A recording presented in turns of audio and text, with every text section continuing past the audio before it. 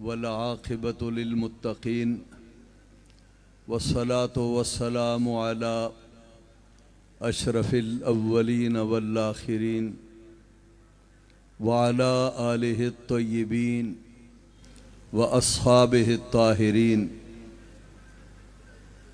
अम्मा बादु फ़अऊज़ु बिल्लाहि मिनश शैतानिर रजीम। बिस्मिल्लाहिर रहमानिर रहीम। यौम ला यनफ़उ मालुम वला बनून इल्ला मन अतल्लाह बिक़ल्बिन सलीम। सदक़ल्लाहु मौलानल अज़ीम व बल्लग़ना रसूलुहुन नबियुल करीम व नहनु अला ज़ालिका मिनश शाहिदीन व शाकिरीन वल्हम्दुलिल्लाहि रब्बिल आलमीन। दुरूद पाक बावाज़ बुलंद मोहब्बत से पढ़िए। अल्लाहुम्मा सल्लि अला सय्यिदिना व मौलाना मुहम्मदिन मादनिल जूदे वल करम व आलिही व बारिक वसल्लम। हज़रत मुफ्ती आज़म पाकिस्तान मुफ़क्किर इस्लाम हज़रत मुफ्ती मुनीबुर रहमान साहब दामत बरकातुहुल आलिया, हज़रत मौलाना अल्लामा अश-शेख ग़ुलाम रब्बानी साहब ज़ीदा मजदहुम, अज़ीज़ मोहतरम हज़रत मौलाना अहमद अफ़ग़ानी साहब, स्टेज पर तशरीफ़ फरमा, उलमाए किराम मुअज़्ज़ज़ीन इलाक़ा और मेरे सामने तशरीफ़ फरमा शुरकाए महफ़िल। आज का ये इज्तिमा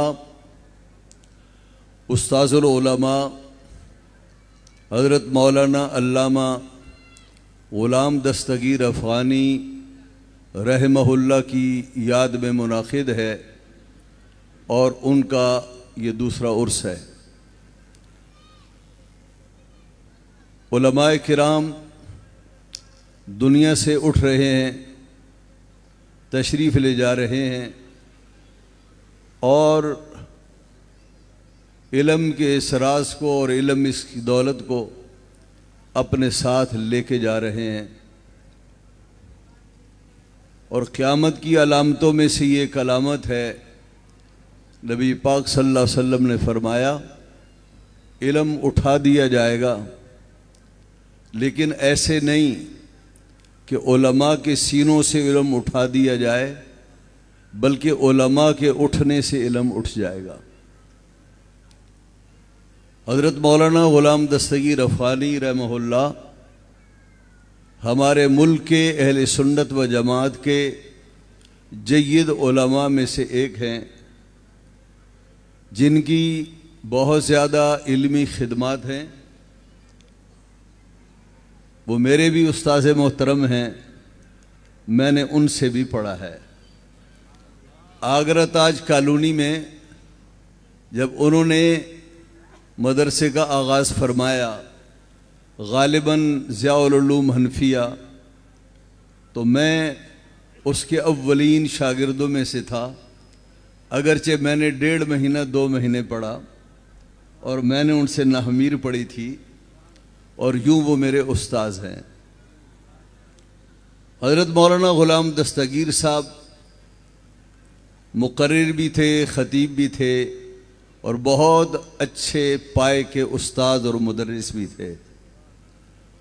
उन्होंने अपने वक्त के बड़े शयूख से पढ़ा और अपने वक्त के माहिरीन दरस निज़ामी से पढ़ा। मेरे इल्म के मुताबिक उन्होंने सबसे ज़्यादा जो वक्त पढ़ने पर लगाया वो वहाँ भचरा में हज़रत उस्तादुल उलमा मौलाना अल्लामा अबुल फ़थ अल्लाह बख्श निज़ामी रहमतुल्लाहि ताला अलैह से पढ़ा। हज़रत मौलाना ग़ुलाम नबी फ़खरी साहब, मौलाना मोहम्मद तुफ़ैल साहब रहमहुल्लाह, मौलाना ग़ुलाम मोहम्मद सियालवी साहब, अल्लामा मौलाना मोहम्मद इब्राहिम सियालवी साहब, ये सारे हज़रत मौलाना ग़ुलाम दस्तगीर अफ़ग़ानी रहमहुल्लाह के उस्ताद भाई हैं। कोई उनके हम क्लास हैं, कोई उनसे ऊपर और कुछ उनके नीचे। हज़रात मोहतरम, हजरत के इल्मी कारनामों में से कारनामा वो है जहाँ हम बैठे हैं, आप बैठे हैं। मेरे इल्म में ये बात नहीं थी कि औरंगी में हजरत ने ये मरकज़ कायम किया। अल्हम्दुलिल्लाह ये उनका अजीम उशान सदक़े जारिया है। अल्लाह रब्बुल इज़्ज़त का अपने बंदों पर यह एहसान है कि उनके जो नेक काम हैं अल्लाह उन्हें ज़ाया नहीं फरमाता, और बाज़ उनके ऐसे काम हैं कि जिनके करने से अल्लाह रब्बुल इज़्ज़त उनकी वफ़ात के बाद ता क़याम क़यामत सवाब के मनी आर्डर अता फरमाता रहता है, और कब्र में उन्हें सवाब के ज़रिए राहत पहुँचाता रहता है। अल्लाह रब्बुल इज़्ज़त इरशाद फरमाता है, यौम ला यनफ़उ मालुम वला बनून इल्ला मन अतल्लाह बिक़ल्बिन सलीम।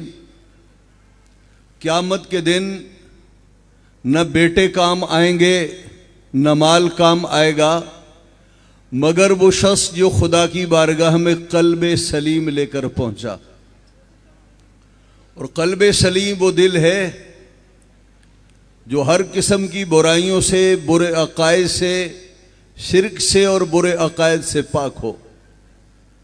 तो अल्लाह ये फरमाता है क़यामत के दिन बेटे काम नहीं आएंगे, और क़यामत के दिन रुपया पैसा दौलत काम नहीं आएगी, मगर जो शख्स खुदा की बारगाह में क़ल्ब सलीम लेकर आया उसकी बात कुछ और है। इस इज्तिमा में जहाँ आमतुन्नास हैं वहाँ उलमा भी मौजूद हैं, अरबाब इल्म भी हैं।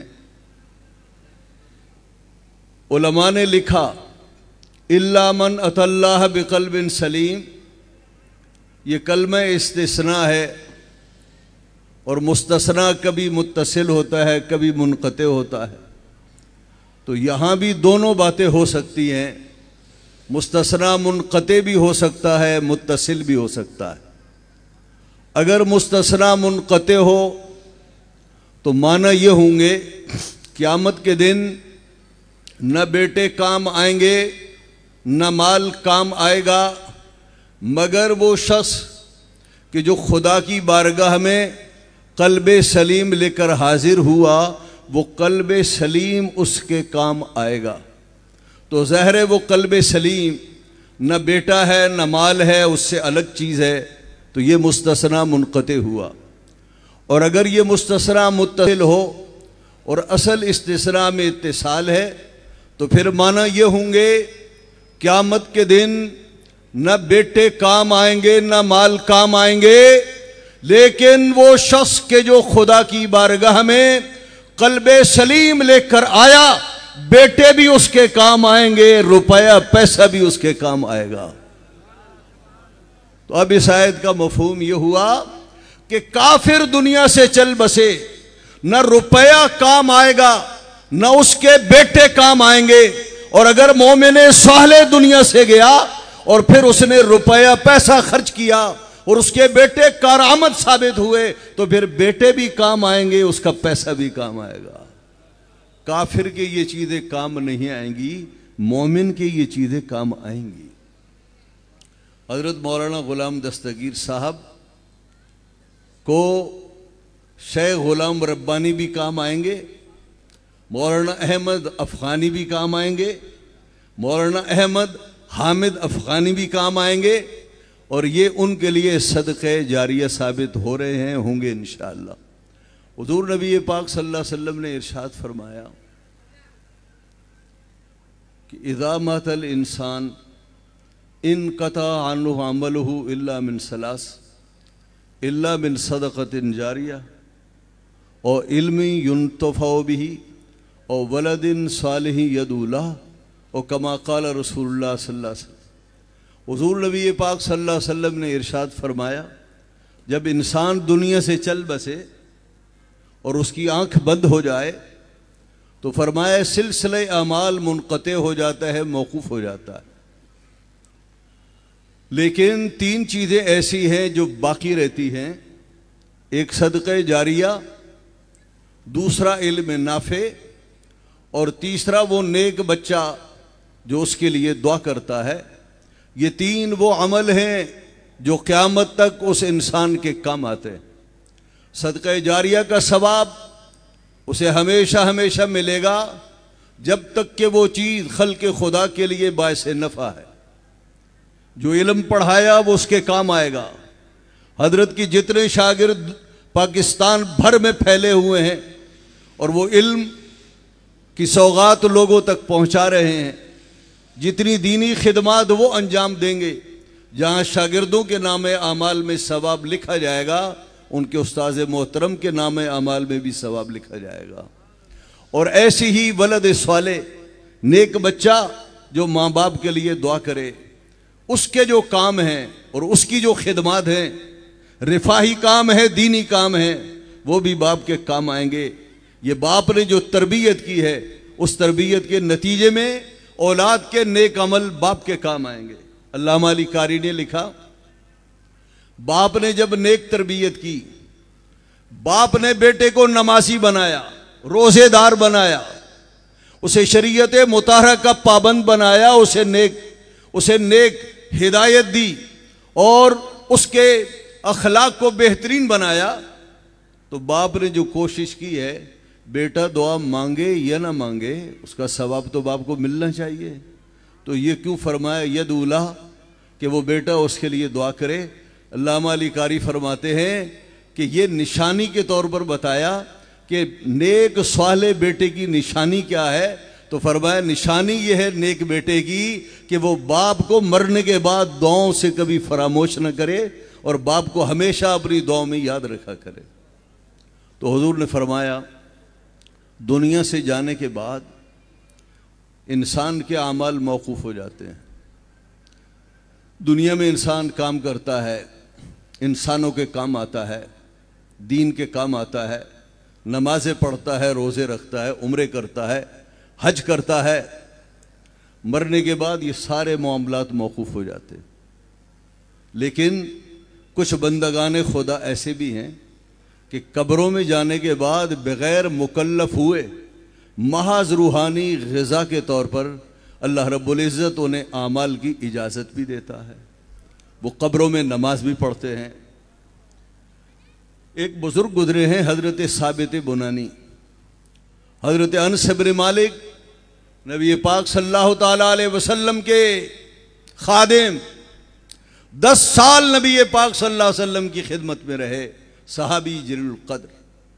उनके अजीम उश्शान शागिर्द हज़रत साबित बुनानी, जो हज़रत इमाम बुखारी के ऊपर के शयूख में से एक है।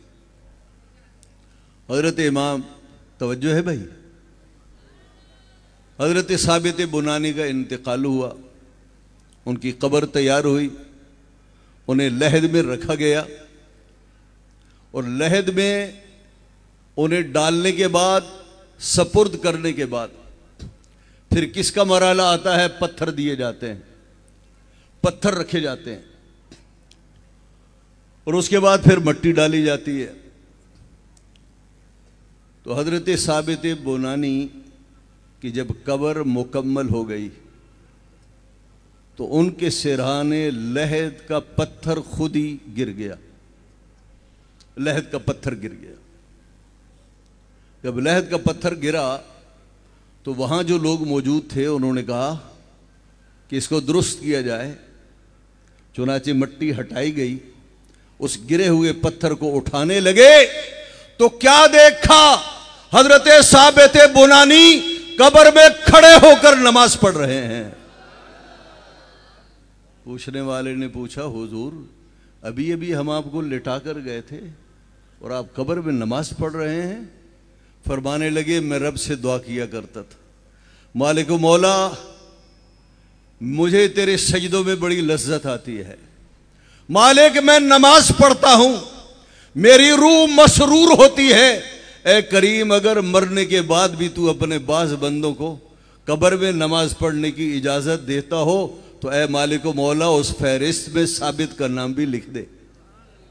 मेरे रब ने मेरी दुआ कबूल फरमाई और तुमने देखा मैं खड़े होकर नमाज पढ़ रहा।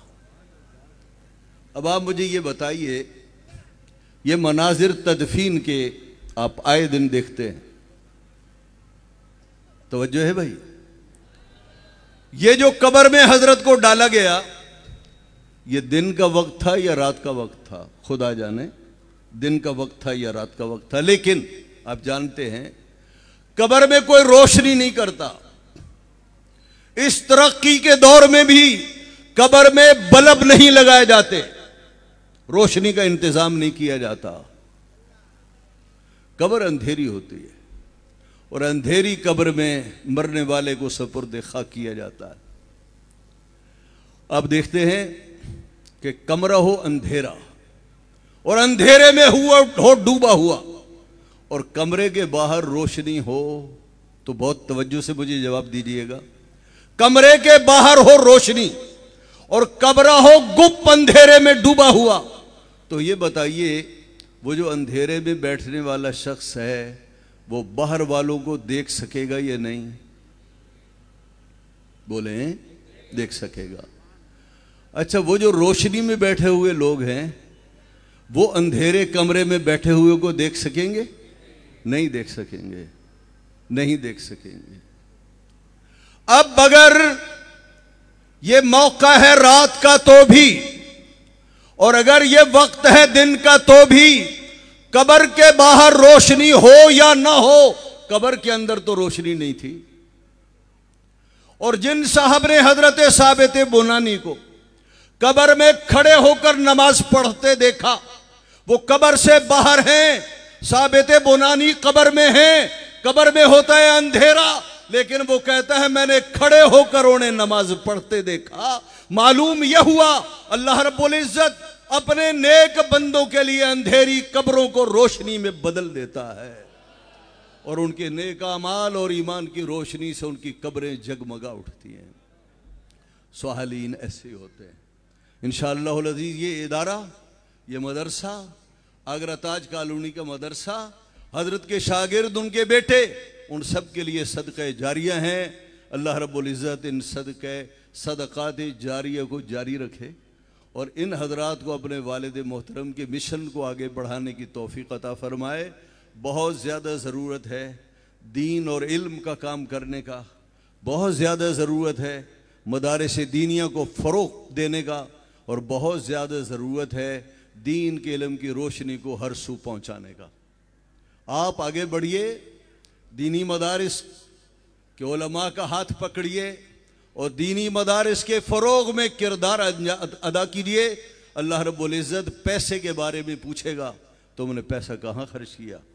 तो अल्लाह रब्बुल इज़्ज़त हमारी आंखें खोले, बसीरत अता फ़रमाए, और अल्लाह करीम इन मदारिस के फ़रोग़ की और इनके जो दीनी काम है उनको बढ़ाने में अल्लाह रब्बुल इज़्ज़त हमें मददगार फ़रमाए। वाखिर दावाना अल्हम्दुलिल्लाहि रब्बिल आलमीन।